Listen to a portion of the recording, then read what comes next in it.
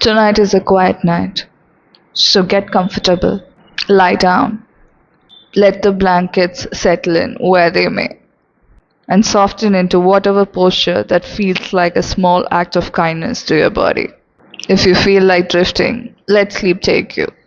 And if you stay, let your mind wander with me for a while. Tonight's bedtime story is not a lullaby, it's a mirror, a beautiful one and a cruel one. This is the story of Dorian Gray. Basil was a fantastic painter. Lord Henry was his friend who was visiting him while Basil was painting Dorian Gray. Now, Lord Henry is the type of person who feels charming at first, only for you to find out that this has been a mask under which danger has been lying. Now, Basil adored Dorian Gray. Now, Lord Henry begins to circle Dorian Gray like a vulture because something about his innocence fascinated him. He tells Dorian that youth is the only thing worth having, that mortality is mostly just social inconvenience, that life should be tasted, not obeyed. Dorian listens, not because he believes him yet, but because the idea of losing what he has becomes unbearable. When the portrait is finished, Dorian sees himself perfectly young, perfectly alive, and realizes one terrible fact. The painting will remain like this, but he will not. So he says something half joking, half desperate, that he wishes that the portrait would age instead of him. And for reasons no one explains, it happens. Dorian begins to live exactly like Henry suggests, chasing sensations, experiences, pleasure. Not cruelty at first, just carelessly. He falls in love with a theatre actress called Sybil Vane, but not really with her, but with the way she makes him feel, with the poetry that she performs. To him, she is less a person and more a beautiful moment that he can keep returning to. One night, Dorian Gray invites his friends to come and see Sybil Vane performing. She performs badly. And when confronted about this, she explains that she is so madly in love with him that faking emotions on stage does not seem realistic to her anymore. She becomes real, and this ruins it for Dorian Gray. He leaves her almost coldly, and that night he notices that the portrait has changed just a little bit. The face looks little more cruel, not in a dramatic way, but just truer. He couldn't bear this, and he hides it.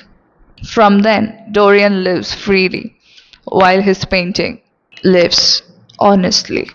Every selfish act, every betrayal, every indulgence marks on the portrait instead of him. Outside, he remains untouched. But inside the locked room upstairs, the evidence is accumulating. Years pass, and the people around him keep suffering. Rumors spreads, but Dorian never seems to age.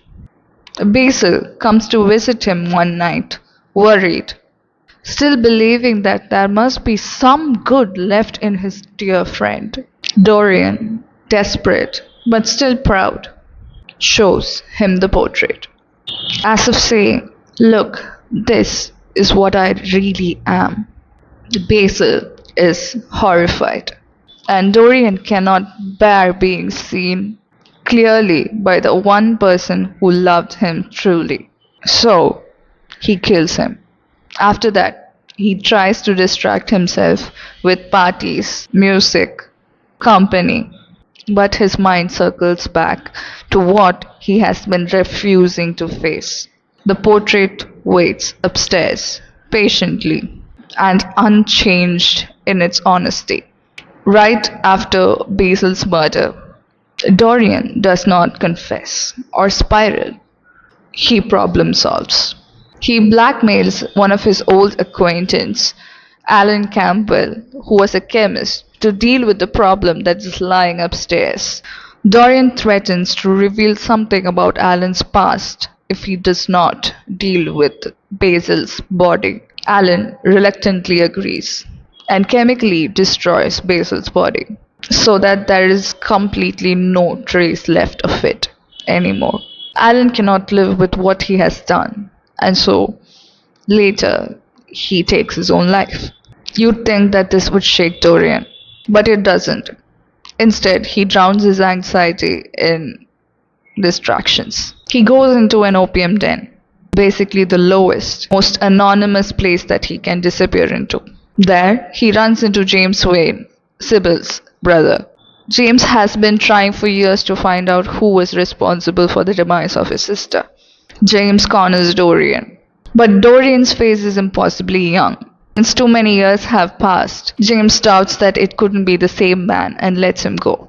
Later, James realizes the truth and begins to stalk Dorian Gray.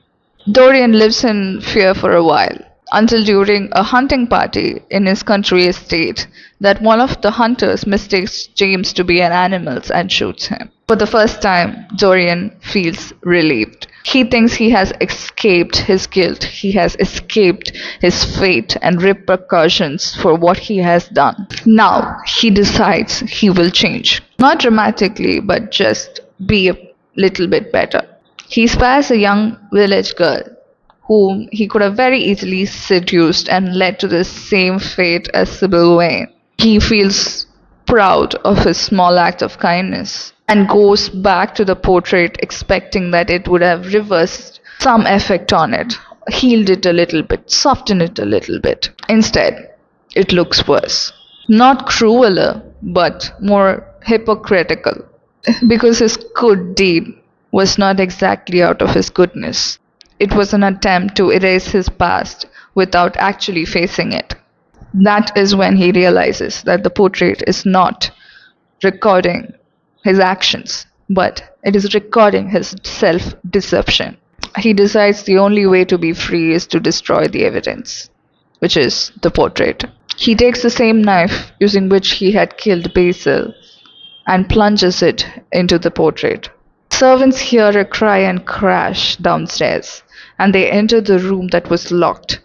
On the wall was a painting that was completely restored to its original beauty. Young, untouched, perfect. On the floor was a withered, unrecognizable old man, horribly aged and corrupted, a knife in his heart. The only identifiable feature was the rings on his finger. Dorian finally becomes the thing that he so desperately tried to separate himself from. In one instance, the inside collapses outside into one body again. And that ends it. The first time I read Dorian Gray was when I was in my mid-teens. I thought it was about beauty and corruption. The second time, I was in my early 20s and I thought it was about manipulation.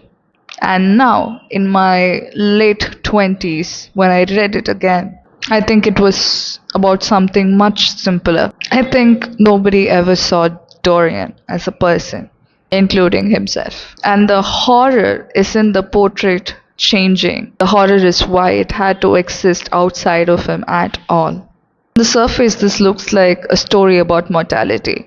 Do bad things, face its consequences. But the book doesn't behave like a moral story. Dorian does not change because of guilt.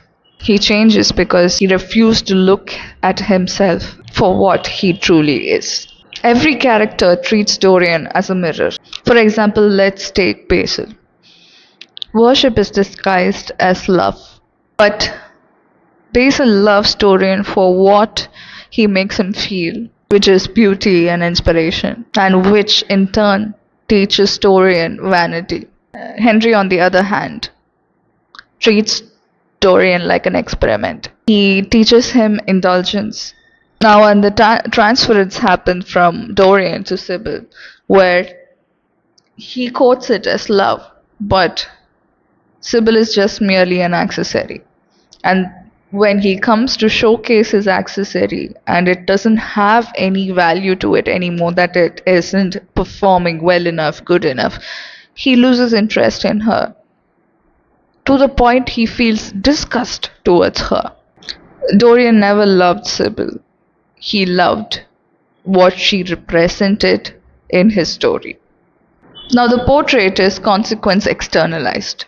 If he had admitted his wrongdoings, he must be forced to change his identity. Instead, he moves the evidence outside, locks it away, which is very much a personification of denial in itself. Avoids Basil because he's afraid of recognition. Killing Basil was his act of destroying the last social mirror that he had had. No man ever wants to identify himself as evil. So he ends up rationalizing, beating around the bush, explaining himself out of things, out of his actions. Because once you encounter the fact that you are, in fact, evil, you can't live with yourself. And you would be forced to change things about yourself.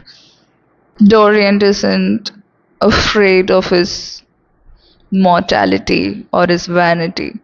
He's afraid of being seen for what he really is. When you're younger, Dorian seems glamorous. He eventually looks manipulative, but in the end, he just looks familiar. The human habit of not wanting to see yourself for the way you are or what you have become. Horror of the novel isn't punishment, it's self avoidance. If you had sticked around until the end, I hope your night will be more kinder than your self consciousness. Tomorrow will be a better day. Tomorrow will be a softer day. When you wake up with the recognition that you can lie to everybody in this world, but lying to yourself is merely the stupidest thing one can do. Allow yourself to relax. Allow yourself the silence. Allow yourself to stay with what you are. Slowly let yourself drift off into sleep. And tomorrow, you can do the heavy lifting. And for now, we're signing off. I'll meet you again with a heavy story and a heavier conversation. Until then, good night, sweet dreams.